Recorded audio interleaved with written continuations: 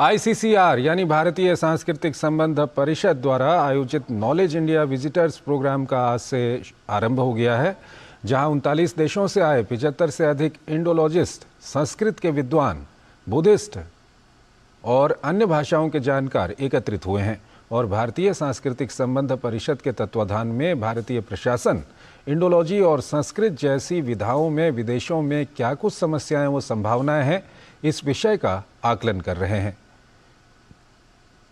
इस बारे में बात की भारतीय सांस्कृतिक संबंध परिषद के अध्यक्ष डॉक्टर विनय सहस्त्रबुद्धे से हमारे सहयोगी नारायण दत्त मिश्र ने।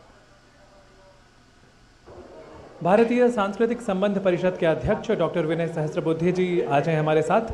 वो बताएंगे कि कैसे 39 देशों के इंडोलॉजिस्ट और संस्कृत विद्वान और भी अन्य भाषाओं के विद्वान किस तरीके से भारतीय ज्ञान परंपरा की अलख जगा रहे हैं और एक विशेष सेमिनार का यहाँ सम्मेलन का आयोजन हो रहा है, उसके बारे में हमें विशेष रूप से बताएंगे। ऐसे है कि भारतीय सांस्कृतिक संबंध परिषद का एक काम है कि विदेश में भारतीय कला और ज्ञान परंपरा का जो अस्तित्व है उसको और मजबूत करना, उसमें और प्रगति हो इसको सुनिश्चित करना। और उस दृष्टि से हमने ये सोचा कि एक ज्ञान भारती या नॉलेज इंडिया नाम से एक सम्मेलन करेंगे। तो उस दृष्टि से विगत 3-4 महीने से हम तैयारी कर रहे थे।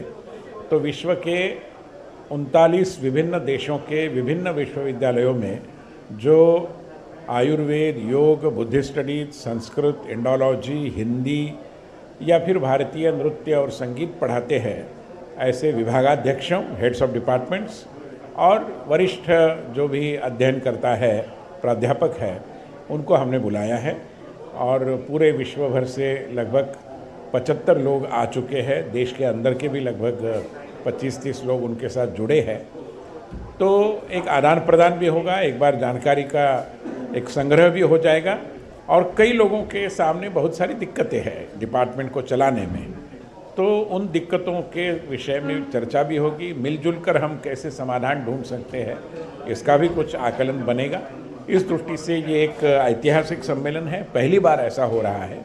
हम मानते हैं कि इससे काफ़ी कुछ संभावनाएं निश्चित रूप में उजागर होगी। आपने कुछ संभावनाओं की बात की, मैं जानना चाहूँगा कि आजीविका या रोजगार की दृष्टि से भी इस कॉन्फ्रेंस का एक योगदान है, आगे होगा, वो किस तरीके से? क्योंकि ऐसा है कि ज्ञान परंपरा ज्ञान के रूप में तो महत्वपूर्ण है ही, मगर उसका जीवन के साथ जब संबंध जुड़ता है तब रोजगार की बात आती है।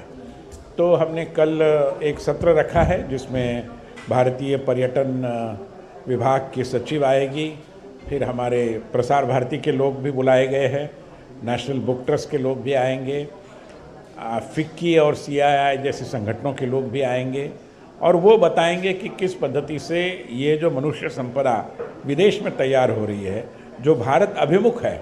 कई लोग हिंदी जानते हैं, कई संस्कृत जानते हैं, कई लोगों का भारत का इतिहास बहुत मुखोद्गत है।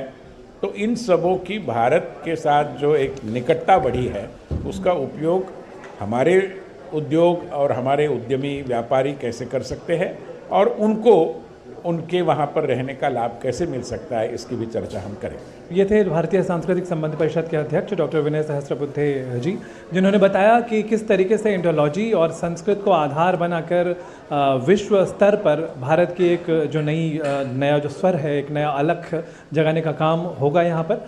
कैमरा पर्सन अजय कुमार के साथ मैं नारायण दत्त मिश्र, DD न्यूज़।